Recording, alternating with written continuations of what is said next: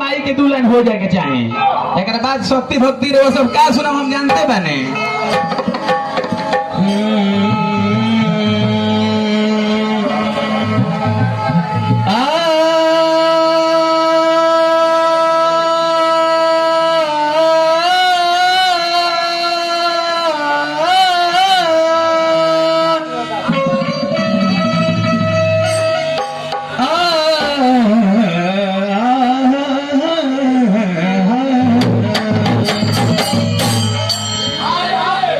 श्रद्धा भवानी राखो सभा बीच पानी कि दोनों हाथ जोड़ी परी पैया हो मैया हा दुखिया में दिन बानी बुधिया के हीन बानी हाना पूरा पढ़नी पढ़ैया हो मैया। देखिए भैया अमित भैया टच दू अक्षर माई गा तनी हर की दौड़ल धूपल हीरा के पुतवा हर की दौड़ल धूपल हीरा के पुतवा देला दूधवा देला दूधवा मैया देला दूधवा क्या बात है क्या बात है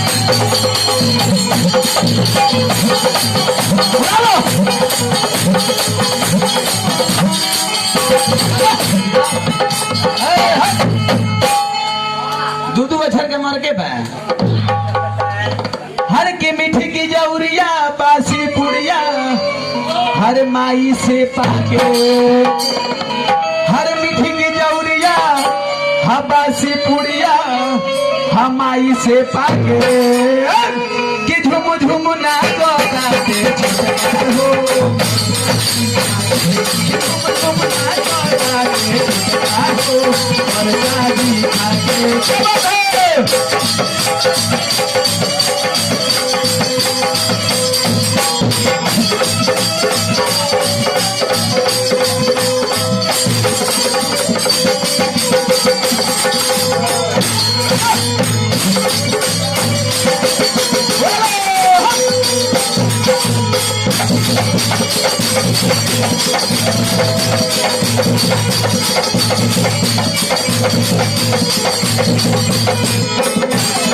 और वो सब का सोचे ज्यादा का पक के बा देखी एगो लड़का बा लड़का लड़की के पावे खातिर तबाह बा लेकिन लड़का लड़का के पावे खातिर तबाह बा कैसे काहे कि वो कमातिया देख क्या कहता हर की चिट्ठी दे ली यार के डेनिम सेंट मार के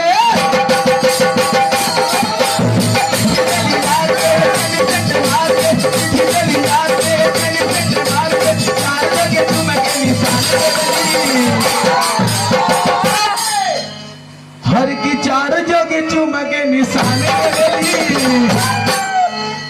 का है हर की नौकरी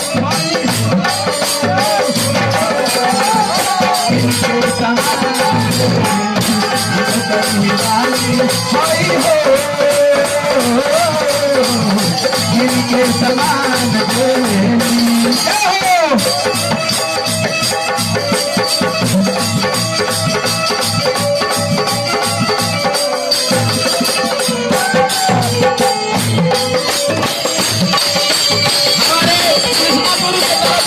पुरस्कार लाख लाख शुक्रिया हमारे गुरु अमित भैया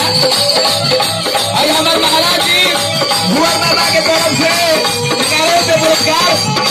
भैया हमारे भाई के तरफ से कई रुपए पुरस्कार भैया लाख लाख शुक्रिया पैसा तो हम कभी नहीं देंगे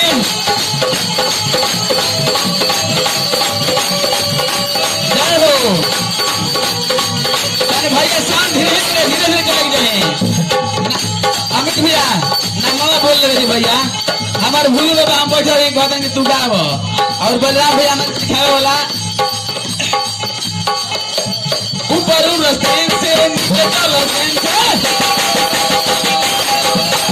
ऊपर रस्ते से नीचे चलो ऊपर रस्ते से नीचे ऊपर चैन से ही रोड आविष्कार करेंगे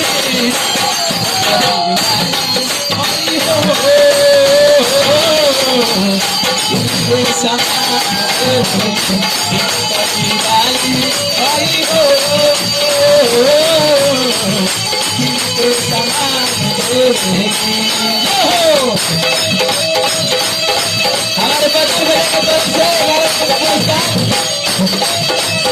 और हमारे प्रिंसिपल की तरफ से पुरस्कार लाकर शुक्रिया।